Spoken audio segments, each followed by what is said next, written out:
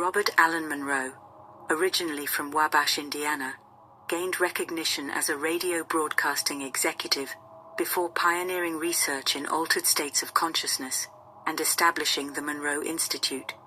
His influential 1971 work, Journeys Out of the Body, is renowned for introducing the phrase out-of-body experience into popular discourse. In 1958, at the age of 43, Robert Monroe experienced a series of strange occurrences.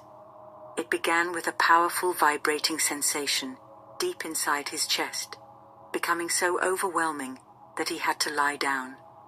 As he did, the ordinarily logical businessman discovered himself floating outside his body. Believing he had died, panic set in, but his intense fear quickly snapped him back into his physical form.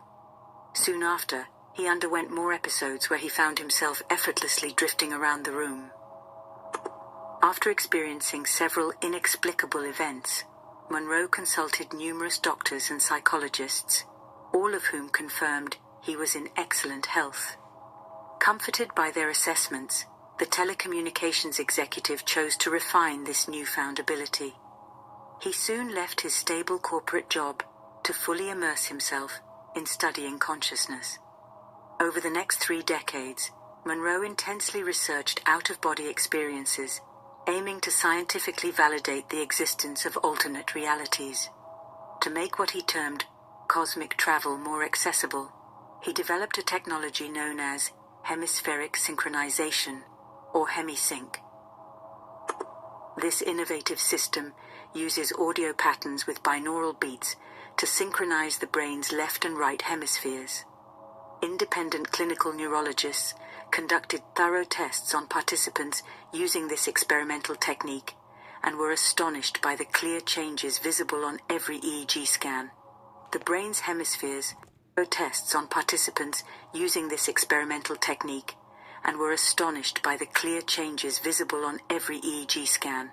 The brain's hemispheres showed synchronized activity, matching in amplitude and frequency. Monroe's contributions significantly advanced the understanding and practical engagement with altered states of consciousness. The U.S. government keenly observed the pioneering work of astral explorer Robert Monroe's engagement with altered states of consciousness. The U.S. government keenly observed the pioneering work of astral explorer Robert Monroe. In 1978, representatives from the Central Intelligence Agency approached him, with high-ranking officials inviting him to participate in a top-secret military initiative. The project aimed to use Monroe's techniques for expanding consciousness to enable soldiers to engage in deep remote viewing sessions. Success in these endeavors could provide the United States with a significant strategic edge over its Soviet adversaries, potentially allowing troops to access past, present, and future timelines, or even explore the multiverse. Given Monroe's extensive expertise and his various patented technologies, he was an ideal candidate for this groundbreaking project. Eager to gain further legitimacy in the field of paranormal research, Monroe accepted the invitation. As the project involved exploring other dimensions, the researchers fittingly named it the Gateway Process. Declassified documents describe the program as a training system intended to enhance the strength, focus, and coherence of brainwave output across the left and right hemispheres, altering consciousness to transcend the physical realm, ultimately breaking the confines of time and space. This allows participants to access different levels of intuitive knowledge available within the universe. The findings documented in Commander Wayne M. McDonnell's concluding analysis revealed profound insights into the nature of reality. The investigation concluded that our universe is holographic and our waking life functions within a projected electromagnetic matrix. McDonnell framed his report in the terminology of physical science to deter any associations with the occult. He drew from quantum mechanics to characterize the nature and functions of human consciousness, and used theoretical physics to delineate the properties of the time-space dimension and how expanded human consciousness can surpass its boundaries. MacDonald's analysis stated that the entire human body operates as a finely tuned vibrational system, channeling energy within a frequency range of 6.8 to 7.5 Hz into the Earth's ionospheric cavity, which resonates similarly at approximately 7 to 7.5 Hz. This phenomenon, often referred to by some scientists as the Earth's heartbeat, indicates that the energy generated by the brain-body system harmonizes with the vibrations of the Earth's ionosphere, enabling it to circulate globally in just 1/7 of a second. Some aspects of MacDonald's report venture into controversial territory. In trying to elucidate the universe that receives these brain signals, MacDonald cavalierly combines well-established physics theories with claims so speculative they appear fictional.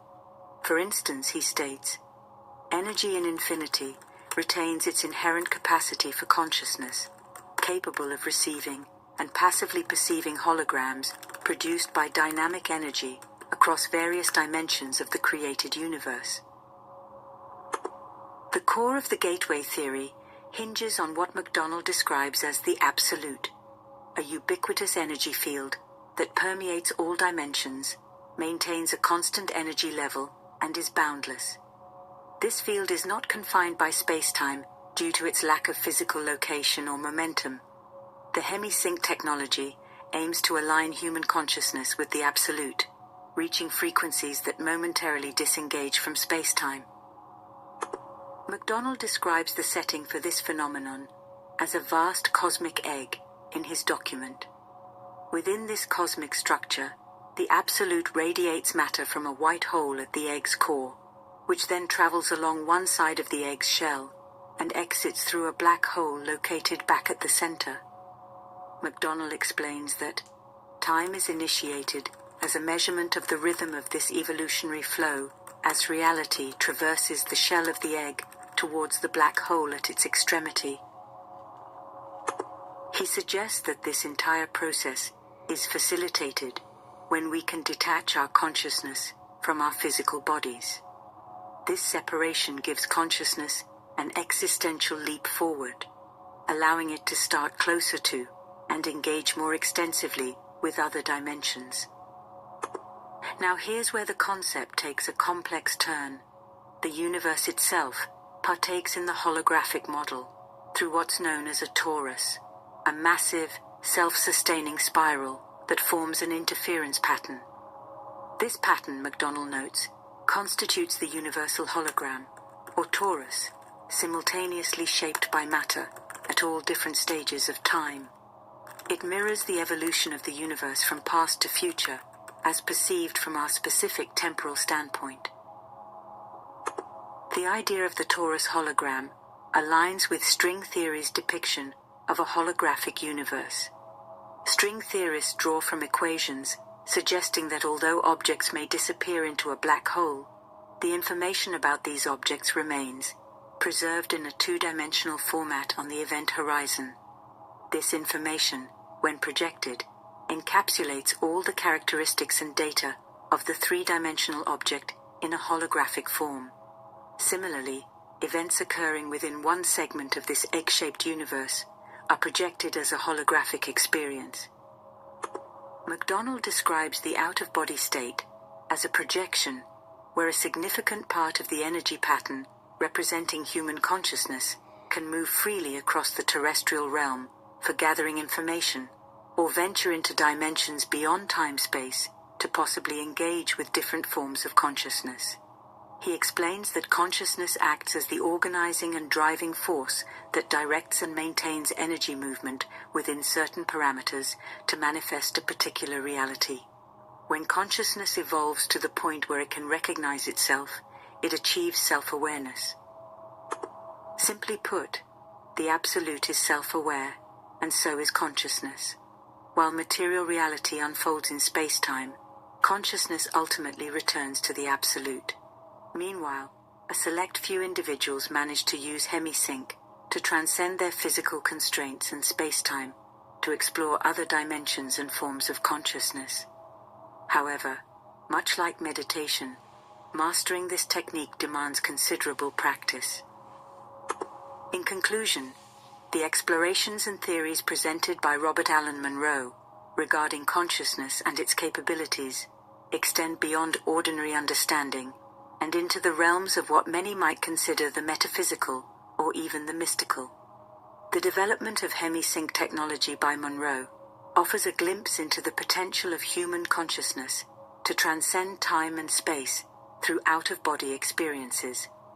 His contributions have not only expanded the boundaries of how we understand consciousness, but also paved the way for practical applications that allow individuals to explore these states on their own. Monroe's legacy continues to inspire both scientific inquiry and personal exploration into the profound depths of human awareness.